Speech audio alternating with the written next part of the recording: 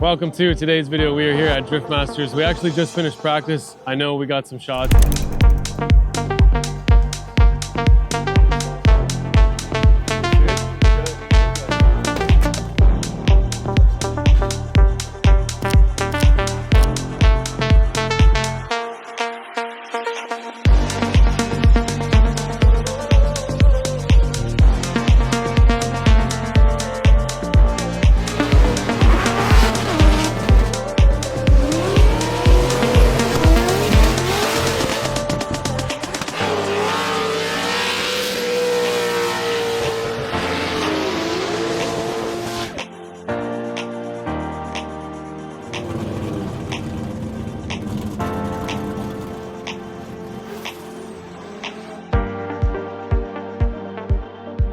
So we've been here since Tuesday. We've done the dyno, we've done a bunch of work on the car, and everything's working really well.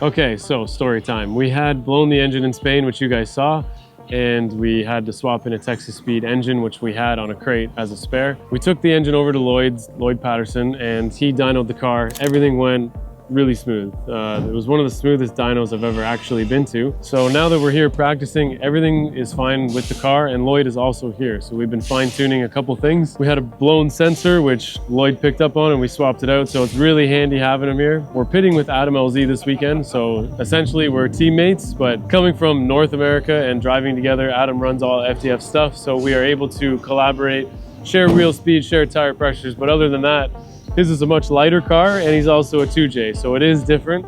We're also with Ryusei and Connor. Ryusei has put his car fully over to FTF, so I was over there helping him set it up. He said that everything's great on that. So far, all the FTF cars are doing fantastic. It rained for the first 4 laps, and it was dry for the last 4 laps.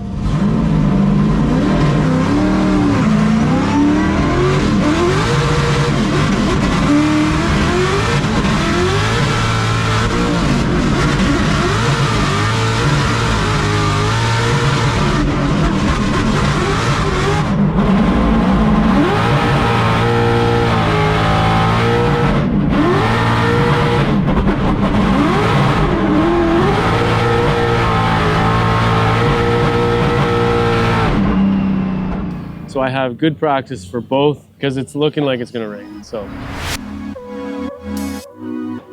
Explain what's going on, because I think I'm gonna get a little bit of a surprise here. Yeah, so this is Patrick. He owns PBK. A lot of you guys have seen James Dean's helmet, my helmet, and soon to be Dave's helmet. I said, yeah, I can get people involved, help pay for the helmet, because it is really something special, and especially after the fire, we wanted to gift Drift Games and Dave with this piece. You tell me what those are. Okay.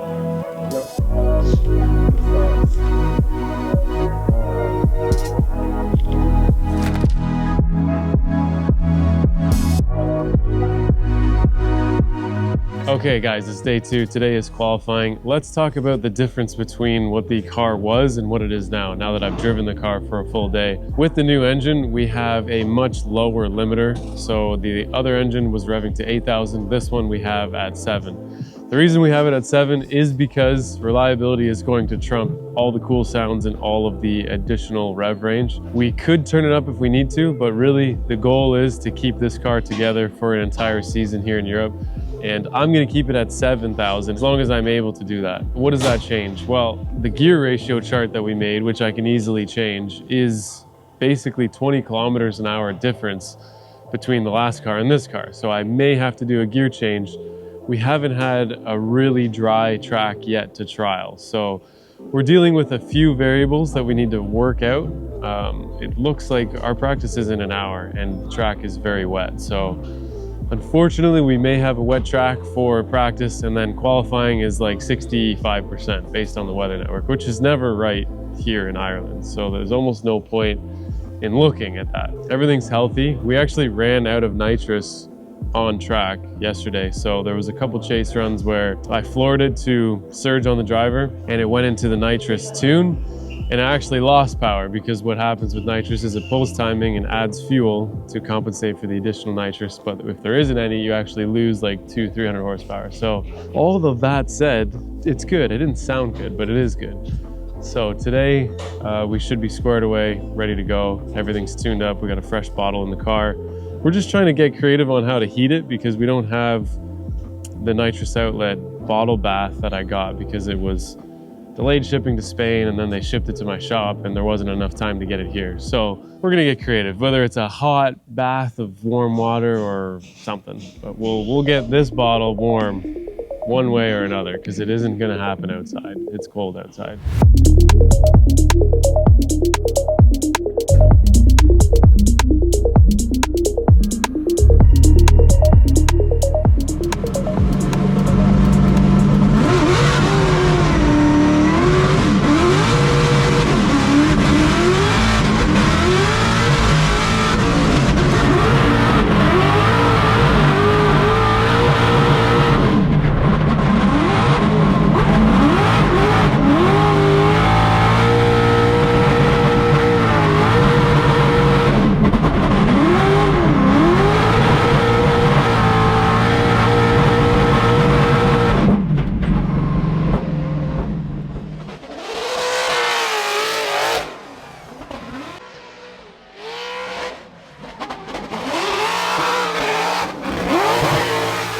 Town, right? I love it. Home. I this am is your excited. track as well.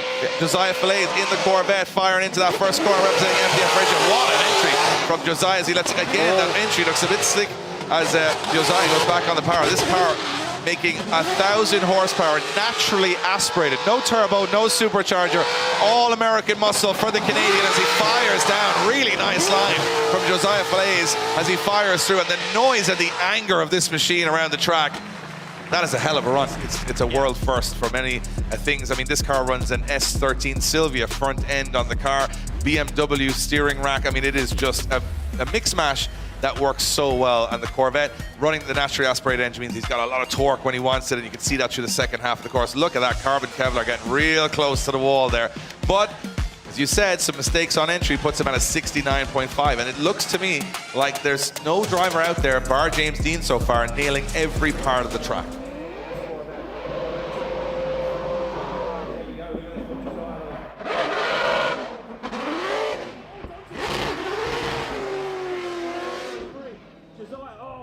Goes wrong, and the opposite drifts there, and I'm going to call it, Dave, and say that could potentially be a zero already.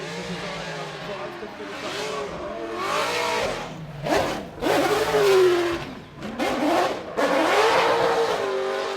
Just wait now, I'd imagine, for the rest of qualifying to see if he's done enough. And now we move on from America to Japan and now to Canada as Josiah Falaise in this Corvette. And I mean, Josiah actually competed at the first round of the Irish Series here a couple of months ago to get some experience, but he's going to need it now because he's got almost 900 horsepower NA in this Corvette. And Corvettes in the rain are tricky to drive. Yeah, here we go. Look at this from Josiah, though, as he fires in. Oh, he goes 90 degrees. He gets massive understeer, but he holds on to it. He makes it work, but he's going to sacrifice outside zone 3.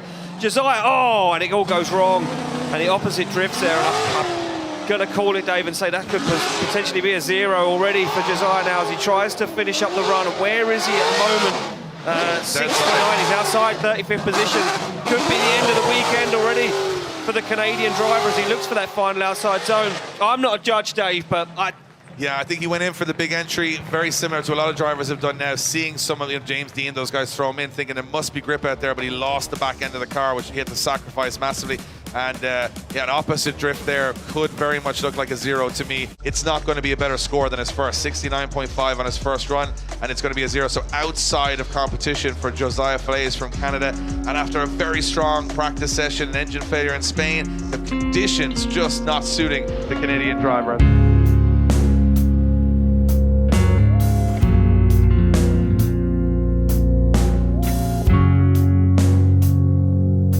All right, so the power steering got the better of us in qualifying. We did okay the first run, And then the second run, I could not pull the wheel back from how much angle that I threw in the rain. So basically we spent the rest of yesterday talking to Darren McNamara and a couple other people.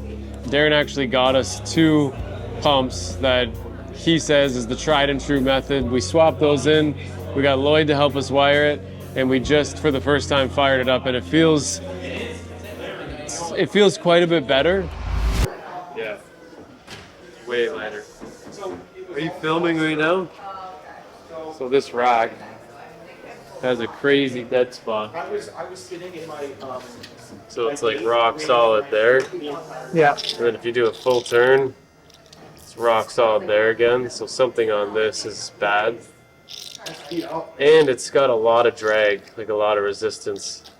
So it wasn't the pump then. It was not the pump. We switched the pump and it was the exact same. I wanted to mentally say it was better, but it wasn't. I did a full turn. I simulated the chicane while everyone was driving, and it was awful. Still, so we Emmett and I swapped it when everyone was watching, and it's much better. So, well, just sitting here, it's better. So yeah, the debrief is unfortunately that we did not make top 32 in qualifying, which is too bad because the Friday rain and dry, I was really confident could put the car wherever I wanted, but we just it's difficult to make these decisions on whether we should have changed the pump or whether we should have kept it. So all we know now is that the car is 100% for the first time since the engine blown, and we'll be going to Finland with the car in that form. So if there's anything to be happy about, it is that. And we're just meeting fans and hanging out with people and watching the incredible driving that is Drift Masters. So we will be in the competition soon. And when we are, we will be ready.